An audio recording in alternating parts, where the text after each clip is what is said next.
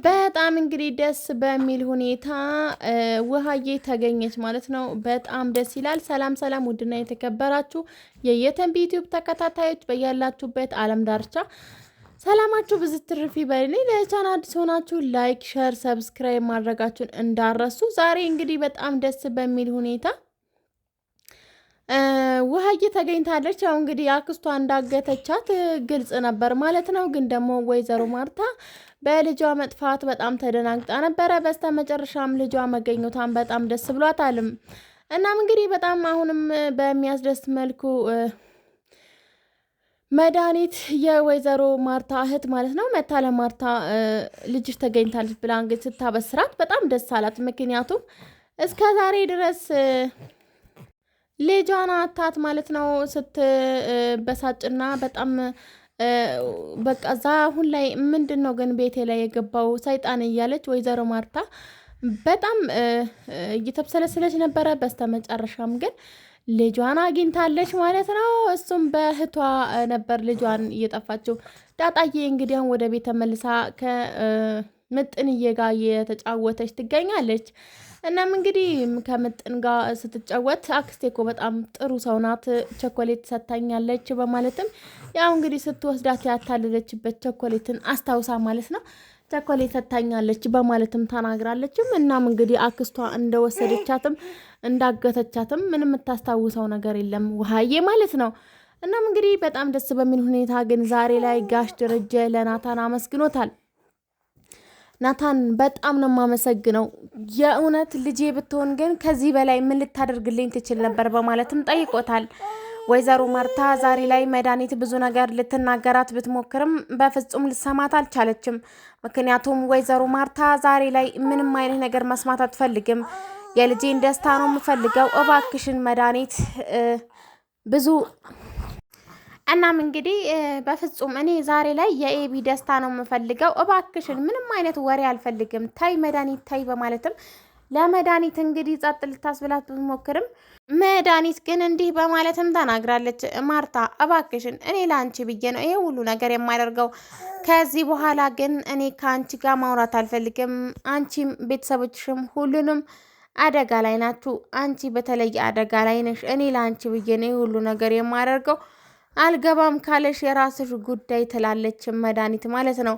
መድኃኒት ዛሬ ላይ የፈለገችውን ነገር እህቷን ከዚህ መዓት ውስጥ ለማስወጣትና የሚሰራባትን ነገር ግልጽ ለማድረግ ብትሞክርም ወይዘሮ ማርታ አልነቃም ብላም ዛሬ ላይ ምንም ነገር ለመስማት ፈቃደኛ አይደለችም። ምክንያቱም በድሮ በምትሰራው በሰራተኛዋ በልጆቿና በባሏ የተወደደችና የተከበረች ሴት ስለሆነች እሷ የሚታያት አሁን ላይ ባለችበት ሁኔታ በጣም ደስተኛና ቤተሰቡን ሰላማዊና ፍቅር ያለበት ቤተሰብ መምራቷን ነው ወይዘሮ ማርታ። በሌላኛው በኩል ግን ማርታ መድኃኒት የሚታያት የወይዘሮ ማርታ የተሰራባትን ዳባና ክህደት ነው ማለት ነው። እናም እንግዲህ የወይዘሮ ማርታ የጋሽ ደረጀ ማለት ነው የወይዘሮ ማርታ ባል የሚያደርግባትን ዳባ እና ከሰራተኛው ጋር ያደረገውን ነገር ሙሉ ለሙሉ ለማጋለጥ በምትሞክርበት ጊዜ ነበር መድኃኒት የራሷን እንግዲህ ጉድ እየተያዘባት። እናም እንግዲህ እሱን ቪዲዮ እስከምትለቅልኝ ድረስ በፍጹም ልጅህን አልተዋትም፣ ከዚህ በኋላ ዳጣ ወደ ቤት አትመለስም ብላ ከዘጋችበትም በኋላም ያንን ቪዲዮ ወስዶ እንግዲህ በማጥፋትና ዳጣን ውሃዬን ለማስመለስ ሞክሯል ማለት ነው። ጋሽ ደረጀ የአባት ሆድ ሆኖበት ነው እንጂ በፍጹም ምንም እንደማታደርጋት እውነት ግልጽ ቢሆንለትም ግን ደግሞ በፍጹም እንደማተዋትም ግልጽ ነው። ምክንያቱም የወይዘሮ ማርታ እህት መድኃኒት በጣም ጨካኝና በጣም እንግዲህ እውነቱን እስከምታወጣ ድረስ ወደ ኋላ የማትል ሴት መሆኑን ጋሽ ደረጀ ስለሚያውቀው ቪዲዮን አጥፍቶ ልጁን ለማስመለስም ችሏልም። በሌላኛው በኩል ደግሞ ናታን በጣም ብልህና አስተዋይ ወንድ ስለሆነም በፍጹም ፍላሹ ላይ ያንን ቪዲዮ አላጠፋውም ነበር። ውሃም እንግዲህ ወደ ቤት ከተመለሰች በኋላ ያንን ቪዲዮ ድጋሚ እኮ አለ፣ በፍጹም አላጠፋሁትም፣ አሁንም እናገራለሁ ብለሽ ወደዛ የምትሄጂ ወደ ወይዘሮ ማርታ ክላስ የምትጎበኝ የምትረግጭ ከሆነ አሁንም ጉድሽን አውጥተን እንዘረግፈዋለን በማለትም አስፈራርተዋታል። በጣም ታሳፍራላችሁ፣ እባብ ናችሁ በማለትም እንግዲህ ተሳድባለችም። እናም እንግዲህ ከዚህ በኋላ በፍጹም ወደ ኋላ አንልልሽም እና አርፈሽ ብትቀመጭ ይሻልሻል። ቀጥ ብለሽ ወደ መጣሽበት ሀገር ምንም አይነት ሰዓት ተነፍሽ ተመለሽ በሚሏት ጊዜ ነበረ መድኃኒት ሁሉንም ጥርጥሯ ልክ እንደሆነች ምንም የዲኤንኤ ምርመራ ሳያስፈልግ እሷ ልክ እንደሆነችም የታወቀው። ምክንያቱም እነሱ በሚያደርጉትን ነገር እነሱ ልክ እንደሆኑም ተረጋግጧልም። በሌላኛ በኩል ደግሞ ኤቢ ፍቅረኛዋን ይዛ ለወይዘሮ ማርታ ለቤተሰቦቿን ልታስተዋውቅ ወደ ቤት ይዛ ከች ብላለችም። ይሄንን እንግዲህ የኤቢ ፍቅረኛ ማን ነው? በገንዘብ ተገዝቶ ነው ወይስ እውነትም ፍቅረኛዋ ነው? በድንገት የመጣው የኤቢ ፍቅረኛ ማን ነው? እናም እንግዲህ በጣም ግን በሚያሳዝን ሁኔታ የጋሽ ደረጀ ማለት ነው ወንድም ይመስላል። በጣም እንግዲህ ከመመሳሰላቸው የተነሳ ምንም ነገር እንግዲህ ምንም እንትን ሊል አልቻለም ማለት ነው። ከሁለቱ ያው ጋሽ ደረጀ ስላረጀ ነው እንጂ ራሱ ይመስላል በማለትም እንግዲህ መድኃኒት ማለት ነው ብዙ ጊዜ አንተ ደግሞ ማነህ ከየት ነው የመጣኸው በማለትም ተናግራለች። እናም እንግዲህ የኤቢ ፍቅረኛ ማለት ነው በጣም ቃዲስ ማለት ነው።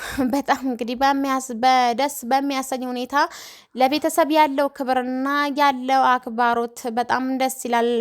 ውሃ እንግዲህ የእጅ ውሃ ሲያስታጥቡት በፍጹም ማንንም ሴት ጎንበስ ብላ አታስታጥበኝም በማለትም ራሱ ለማስታጠብ ሞክሯልም። እናም እንግዲህ ከዛ ለወይዘሮ ማርታ አንቺ ንግስት ነሽ እና አንቺ ቅደሚ በማለትም ወደ ጠረጴዛውን ጋብዟታለም። እናም እንግዲህ አራታቸውም ሄደውም ተመግበዋል። ከተመገቡም በኋላ ነበረ ጋሽ ደሬን በፍጹም እኔ ፍቅረኛሽ ሳላየው እንዳይሄድ ይጠብቀኝ ብሎም የተናገረው። ግን ደግሞ ጋሽ ደሬ ይሄንን ሰው ማን እንደሆነ በፍጹም አያውቅም። ዛሬ ላይ በጣም ግን በሚገርም ሁኔታ ጋሽ ደረጀ ወደ ቤት ይመጣል።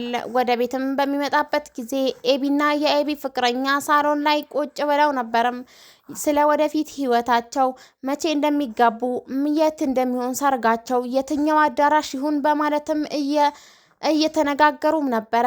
ግን ደግሞ ኤቢ ገዝታው ነው ወይስ በምን ምክንያት ይሄንን ልጅ ልታገኘው ቻለች?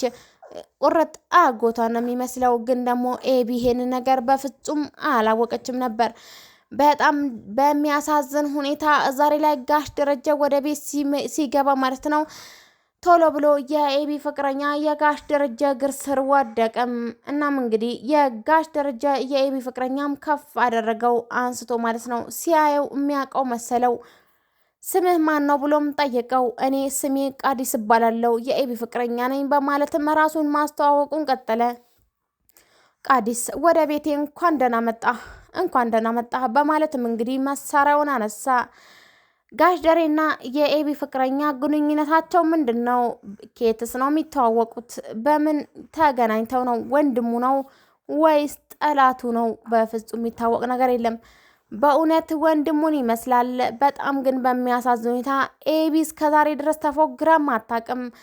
የሚመጣውን ነገርና የምታደርገውን ነገር የምታስብና አስተዋይ ሴት መሆኗን ሁሉንም ግልጽ ነው። በጣም ግን በሚገርም ሁኔታ አሁን ላይ መድኃኒት አፋጠጠቻቸው። አንተ ማነህ ደግሞ አንተ ተዋናይ ማነህ በማለትም ትናገራለች። ምክንያቱም እውነትም በገንዘብ ታሎ ወይንም ደግሞ ሌላ ነገር ፍለጋ እንደመጣም ግልጽ ሆኖላታለም። እናም እንግዲህ መድኃኒት አሁንም በግራ አይኗን ታየዋለች። በፍጹም ግን ልታከብረው አልቻለችም። ወይዘሮ ማርቲ እባክሽን ጸጥ በይ በማለትም ጸጥታ ልታስከብር ብትሞክርም ምንም ነገር ሊሻሻል አልቻለም። በጣም በሚያሳዝን ሁኔታ ዛሬ ላይ ማነው ጋሽ ደሬ በጣም ተናዷል። ምክንያቱም በሌላኛ በኩል ማለት ነው ዳጣና ናታን ሁለቱ ያላቸውን ቀረቤታ ጋሽ ደሬ ያውቋል። ለናታን ልጄ እኔ ወድሃለሁ እባክህን ንገረኝ በማለትም ተናገረው። አባዬ እባክህን እንዳትቆጣኝ ግን እውነት ነው በማለትም ተናገረ። በጣም ደስ አለው። ምክንያቱም እስከ ዛሬ ድረስ ጎዳና ላይ ያሳለፈችውን ህይወት እከፍላታለሁ፣ በዚህ እንኳን ትካሳለች። አንዳንድ አይነት ወንድ በማግኘቷ በጣም እድለኛ ናት በማለትም ተናግሯለም ጋሽ ደሬ። እናም በጣም በሚያሳዝን ሁኔታ ግን ጋሽ ደረጃ የኤቢ ፍቅረኛ ላይ ሊተኩስ መሳሪያውን አንስቷል። ይተኩስበታል ወይስ አይተኩስበትም? ጋሽ ደሬ ተሳስቶ ነው ወይስ እውነትም ቤተሰብ ነው ወይስ ወንድሙ ነው? ምን የሚታወቅ ነገር የለም። ቀጣይ እንግዲህ እስከምንገናኝ ድረስ ቸር ቆይልኝ። ለቤቱ አዲስ የሆናችሁ ላይክ ሸር ማድረጋችሁ እንዳረሱ